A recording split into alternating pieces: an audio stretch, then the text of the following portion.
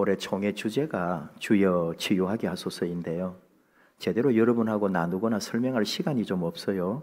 그래서 짧게 좀 간단하게 우리 총회 주제 주여 치유하게 하소서를 설명을 좀 합니다. 여호와 라파, 우리 하나님은 우리를 치료하시는 하나님이시죠. 우리가 하나님을 만난다, 믿는다, 신앙생활을 한다라고 할 때 이것이 내 개인으로 말하면 어떤 새로운 삶과 새로운 인생의 시작이고 지금까지 살아온 길과 다른 삶의 길이기도 하죠. 그런 가운데서 우리는 무엇인가 우리 안에 새로운 삶으로 치유되고 또 치료되는 경험을 하게 되는 겁니다.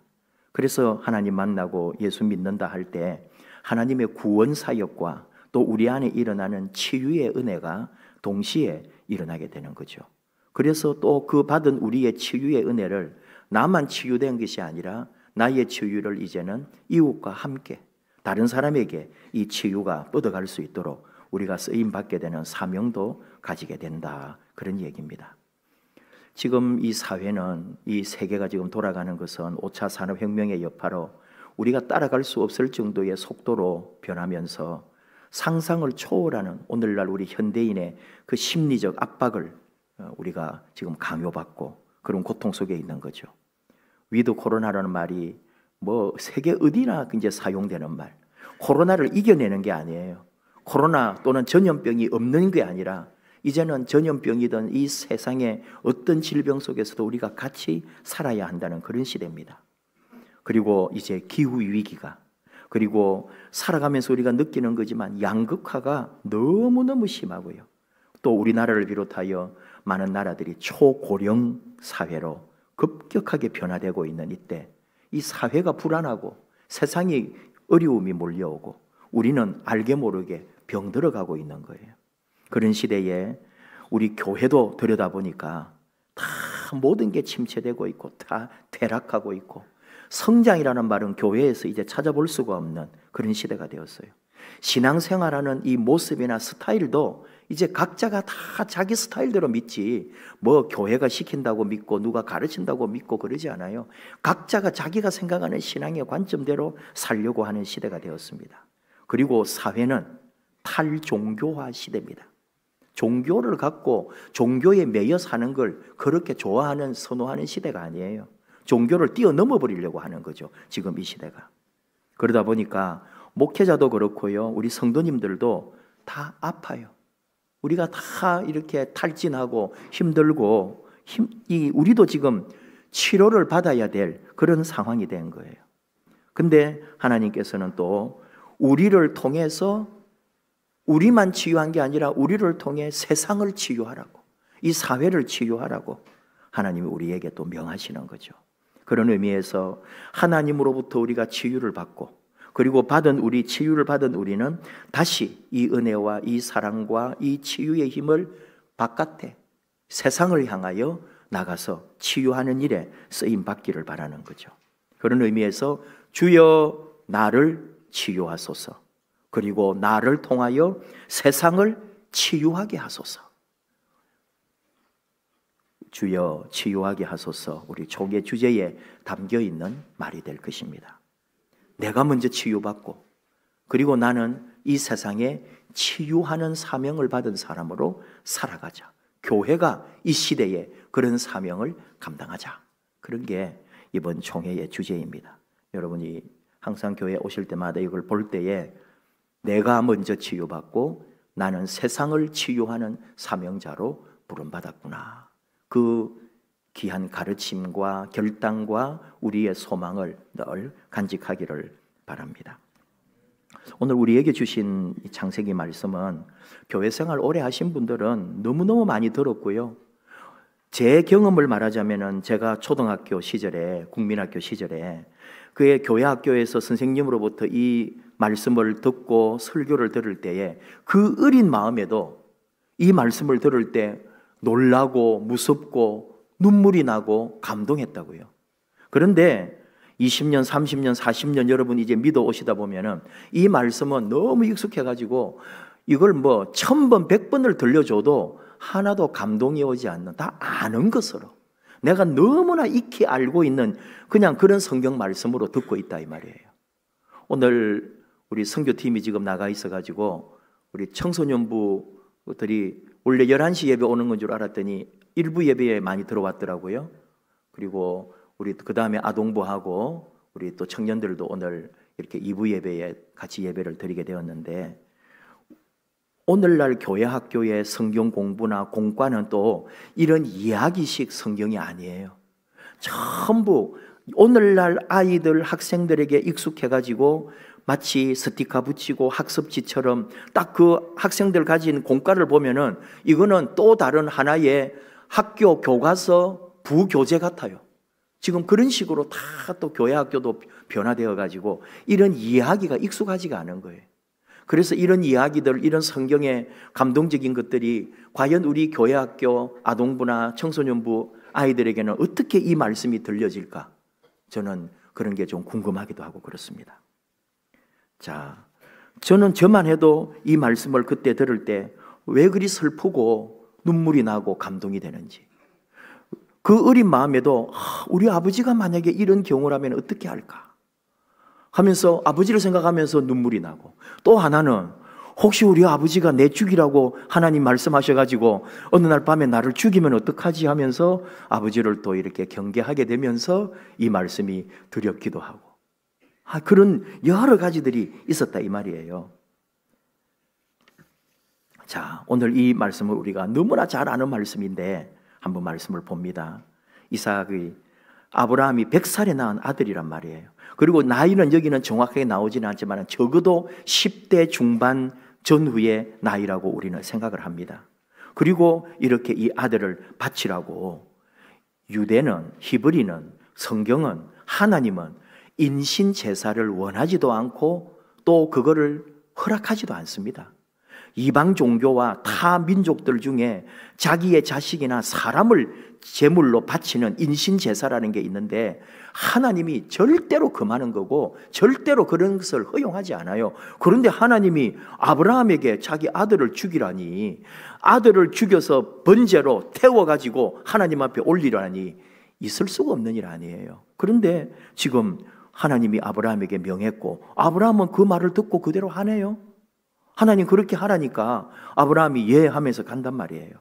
우리가 아는 것처럼 아내 사라에게 말을 하지 않고 갑니다. 왜 그랬을까요?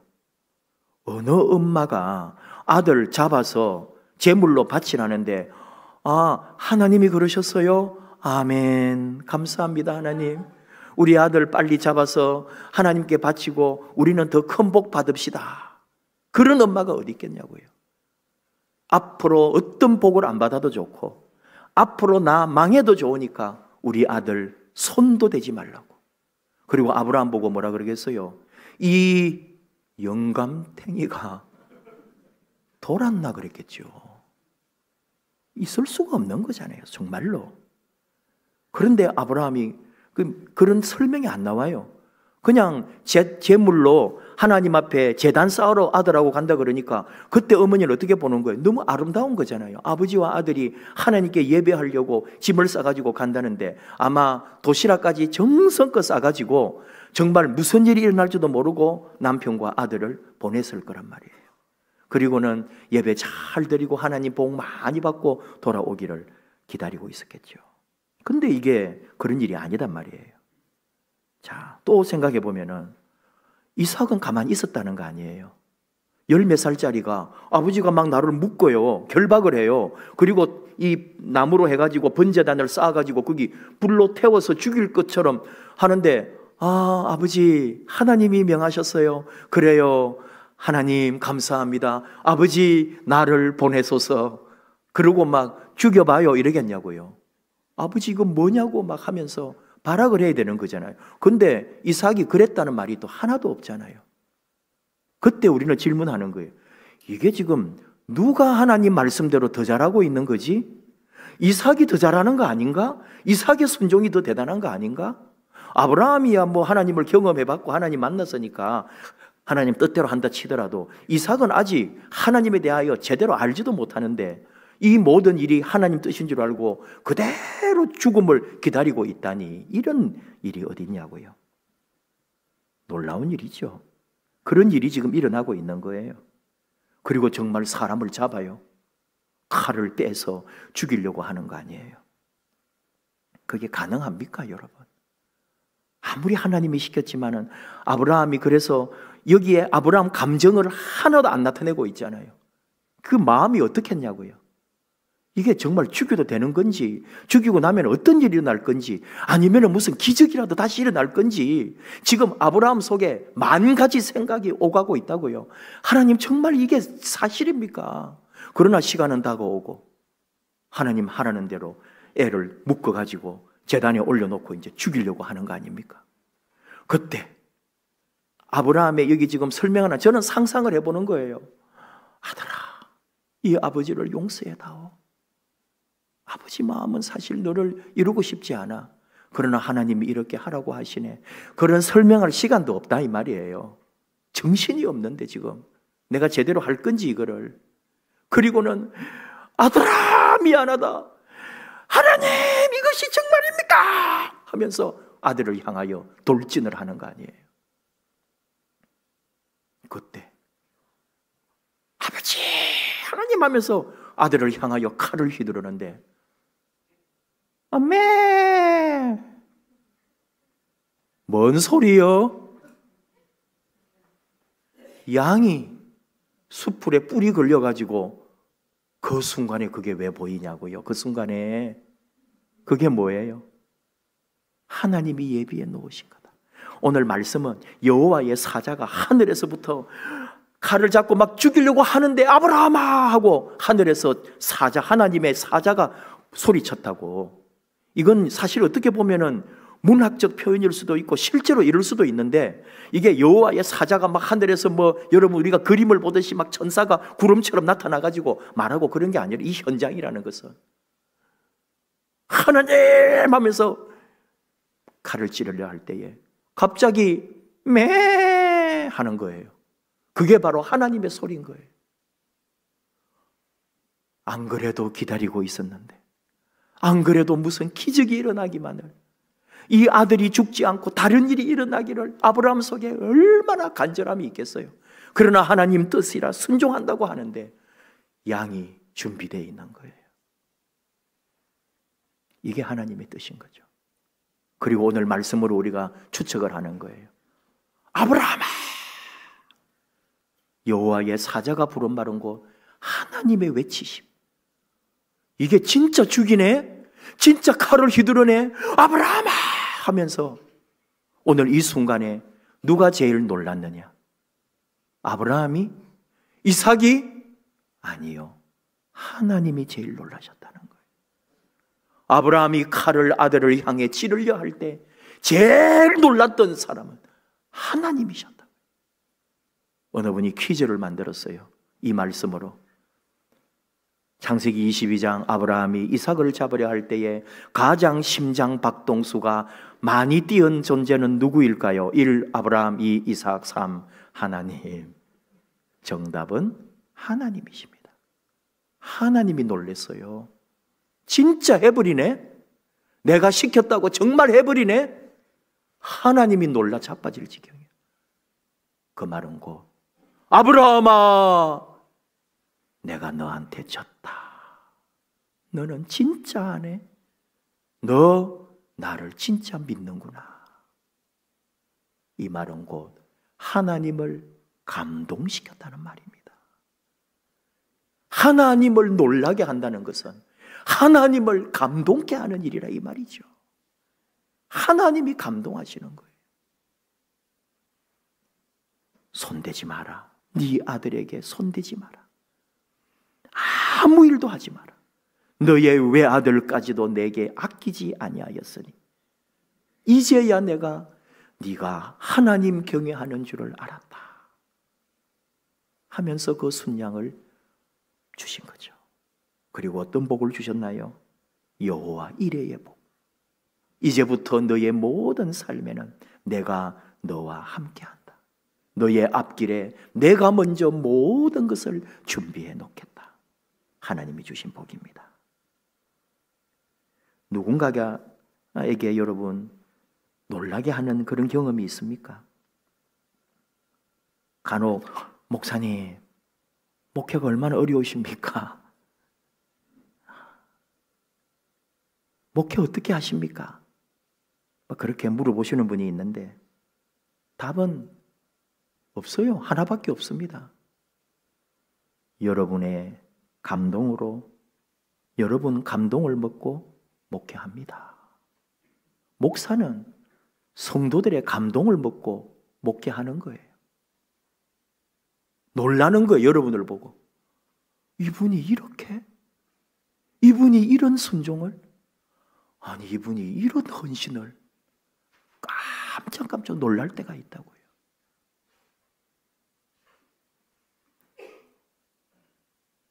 희생하고 헌신하고 심지어 돈을 내놓고 목사가 놀라는 거예요.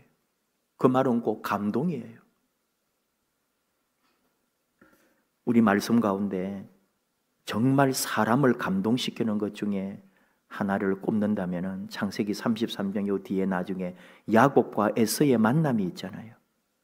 그 형을 배신하고 또는 형을 속이고 형이 받아야 될 복을 내가 가로채고 그리고는 멀리 도망갔다가 돌아올 때에 그 형을 만나야 되는 그 고민과 갈등 속에 얼마나 야곱이 생각을 하고 고민을 합니까? 그리고 형을 만나요. 형님 얼굴을 뵌 적 하나님 얼굴을 뵌 것 같습니다 하면서 형과 끌어안는 거 아니에요. 물론 그 안에 여러 앞에 내용들이 있으니까 이미 에서는 세월 동안에 또 그걸 잊어버리기도 했지만 동생이 자기를 찾아와서 형의 얼굴을 보는데 하나님 얼굴을 보는 것 같다면서 끌어안을 때 그 형 속에 있던 그 20여 년의 모든 상처가 다 녹아내리는 거예요. 그 원한과 그 분이 다 식어버리는 거예요. 형님 얼굴 보는데 하나님 얼굴 보는 것 같다고. 그건 진심이었을 거라고요. 아무리 야가 빠진 야곱이었지만 형을 만날 때 그렇게 형을 향하여 말함으로 형의 마음을 감동케 하는 거 아닙니까?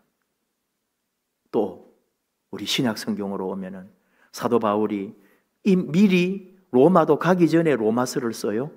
그리고 로마에 있는 성도들을 격려합니다. 자기가 가는 길이 자꾸 늦어지고 가려고 했던 계획대로 되지 않아가지고 여러 시간들이 가니까 로마에 편지를 미리 보내어서 격려도 하고 위로도 하고 내가 다음에 갈 때에 어떻게 하자 하면서 그러면서 그 로마 교회에 많은 성도님들 로마서 16장 마지막에 수많은 사람들 이름을 들잖아요.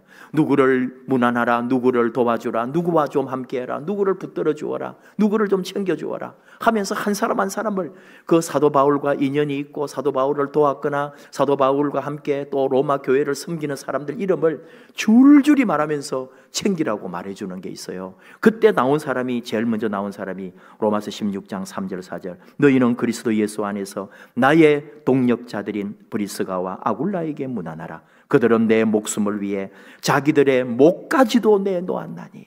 브리스길라와 아굴라 얘기하는 거잖아요. 사도 바울을 만나서 예수님을 영접하고 그도 천막을 만드는 일을 했는데 사도 바울도 그래서 자비랑 선교라고 하는 자기가 돈을 벌어서 일을 하면서 선교를 했는데 그 직업이 천막을 만드는 일이었어요. 그 당시에 천막은 가죽으로 만드는 천막입니다. 모든 게 가죽이 이제 뭐라고 그럴까요? 무두질이라고 하나요? 가죽을 다 공장에서 또 정리를 해가지고 넘어오는 거예요. 그러면 이 사람들은 그 가죽을 다 연결해가지고 텐트도 만들고 또는 마차 같은 거 덮개도 만들고 여러 용도로 그 옛날에 사용했던 그런 천막을 만들어서 판매를 하면서 했는데 이 브리스길라와 아굴라가 그 일을 같이 하니까 바울도 그 집에 아예 살면서 그 집에서 묵고 그 집에서 살면서 천막을 같이 만들고 그러면서 바울이 가는 곳마다 이 브리스길라와 아굴라 오늘 우리로 말하면 딱 집사님 부부예요. 이 두 사람이 사도 바울 가는 곳마다 선교지를 따라다녔습니다. 그리고 2, 3일 먼저 갔습니다.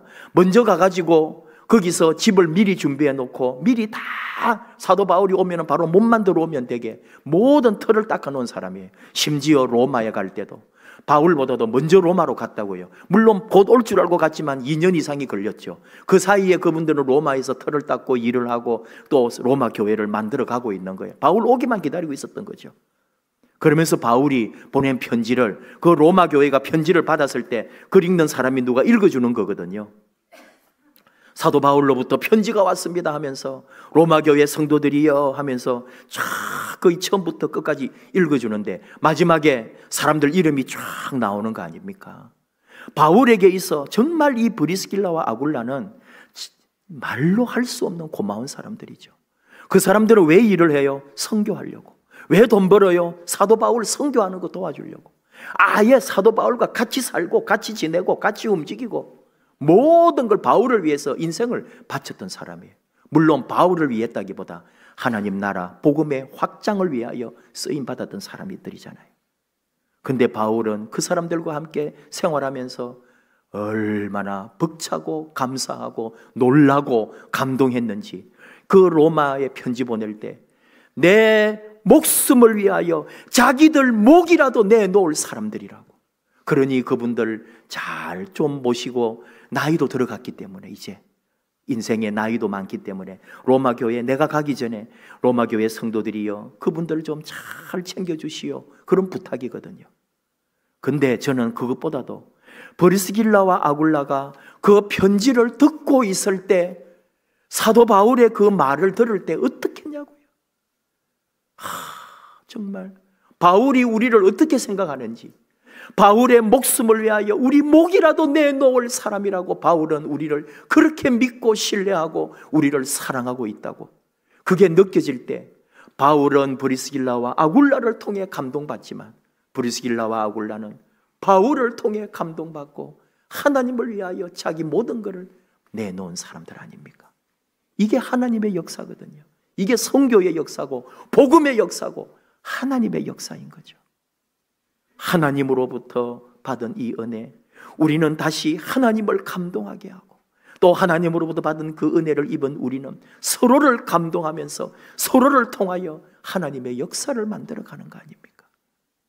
사람은 정말로 감동을 먹고 삽니다. 사랑이라는 게 있어요. 사랑이라는 게 사실 잡히는 게 아니거든요. 사랑이 밥 먹여주나, 사랑이 밥 먹여준다는 말은 그 사랑 때문에 나로 하여금 움직이게 하고 내 안에 느끼는 감정이 감동인 거예요.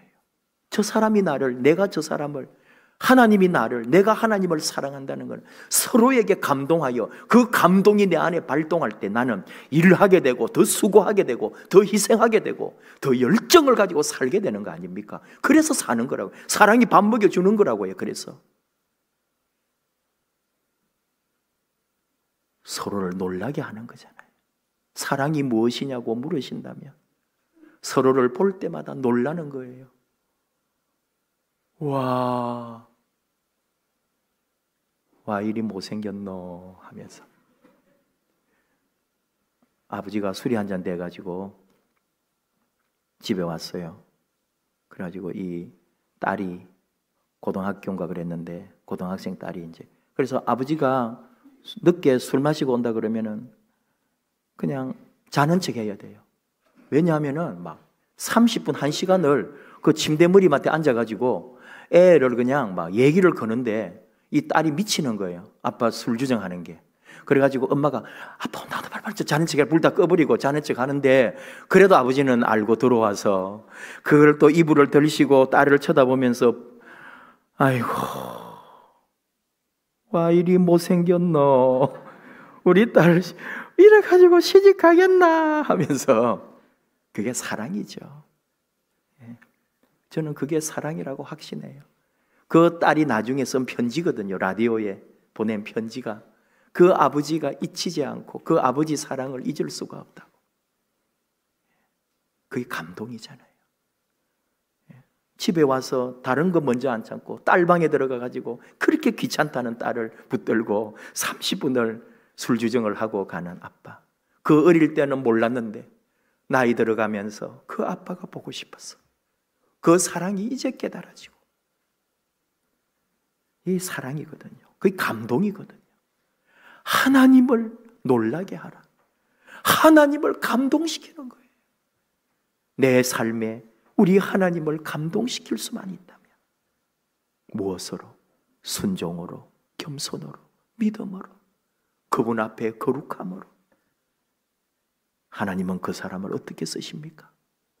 여호와 이레, 하나님이 준비해 놓으신다.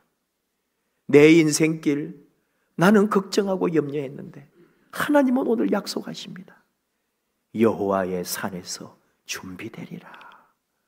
아버지, 불과 칼은 다 있는데 재물은 어디 있어요? 여호와께서 준비하시리라. 오늘 말씀합니다. 이사 가고 갈 때 아버지, 번제할 양은 어디 있는데요? 오늘 말씀 22장 8절에 하나님이 자기를 위하여 친히 준비하시리라.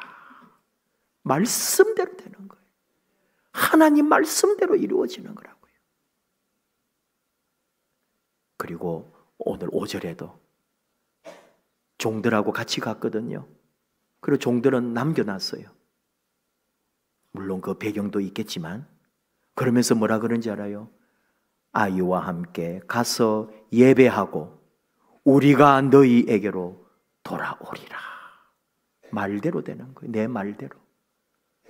지금 가서 어찌 될지도 모르지만 이 약속했던 말이 그대로 이루어지는 거예요. 여러분, 우리 입에 말한 대로 될 거라고 하나님 말씀하셨죠.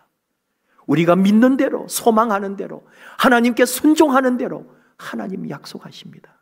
그리고 여호와의 산에서 준비하십니다.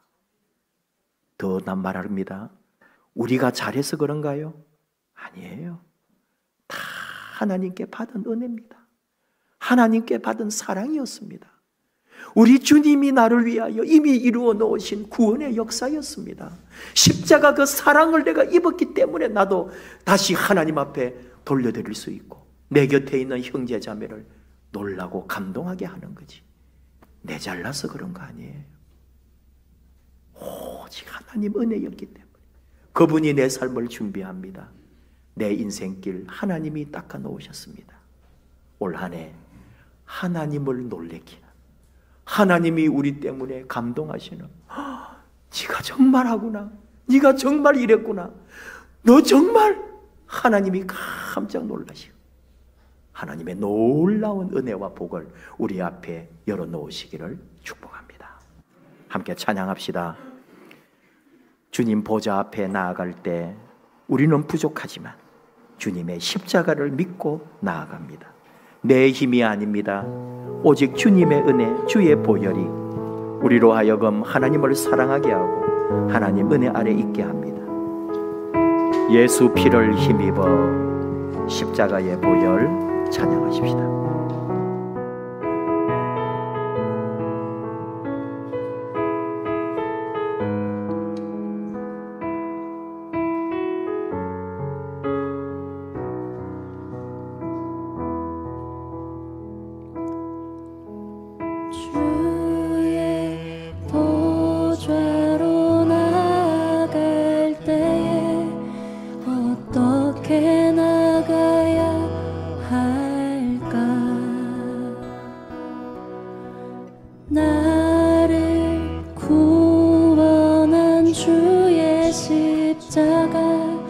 그것을 믿으며 가네. 주의 보좌로,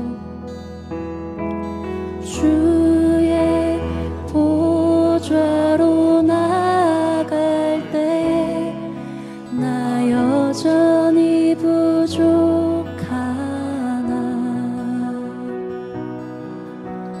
나를 품으신 주의 그 사랑, 그것을 믿으며 가네. 자격 없는 내 힘이 아닌 오직 예수님의 보혈로,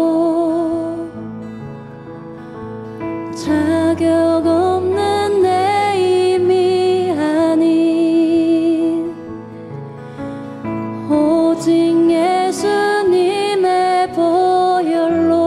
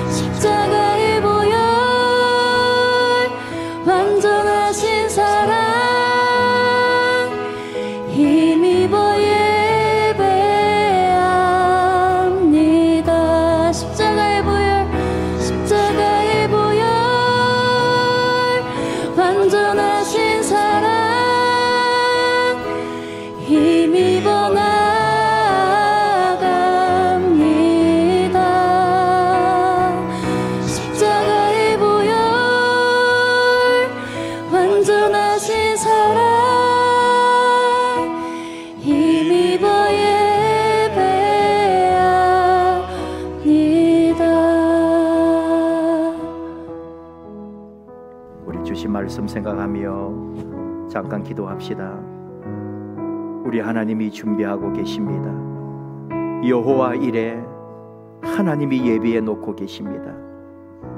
우리를 통하여 감격하시고 우리를 보시며 기뻐하시는 하나님, 우리가 순종할 때, 우리가 말씀대로 믿을 때, 우리가 그 뜻에 복종할 때 하나님은 놀라시고 우리를 위하여 예비하십니다. 올 한 해 그 은혜와 역사가 우리 안에 있기를 원합니다. 우리가 순종함으로, 온전히 하나님만 바람으로 여호와 이레의 놀라운 은혜를, 하나님이 감동하시는 복된 한 해 되도록 그분이 주신 그 은혜 따라 십자가 그 사랑을 믿고 올 한 해 하나님 앞에 하나님을 감동시키는 아름다운 믿음으로 함께 나아가십시다. 우리 주여 부르며 함께 기도합니다. 주여.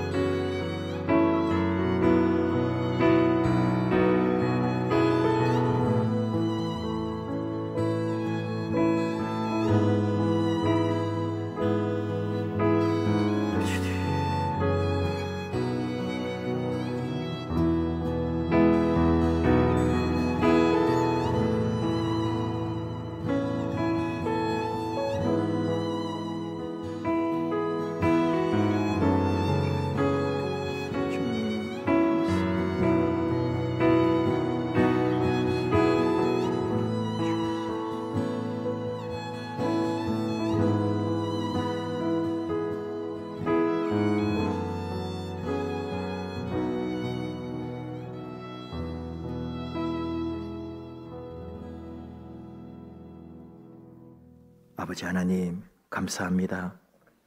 올 한 해 우리를 위하여 예비해 두신 하나님의 놀랍고 귀한 은혜를 사모합니다. 우리를 통하여 우리를 보시고 우리 하나님 기뻐하시고 감동하시고, 우리 하나님 우리를 보실 때마다 우리를 다시 보심으로 놀라시고 더 좋은 것으로 우리에게 주시는 하나님을 기대합니다. 아버지여, 기도로, 말씀으로, 믿음으로, 순종으로, 헌신으로, 자기를 내려놓음으로, 겸손함으로 우리 하나님을 감동시키는, 그래서 하나님 주시는 2024년에 크고 놀라운 여호와 이레의 복을 누리게 하여 주시옵소서. 예수님의 이름으로 기도하옵나이다. 아멘.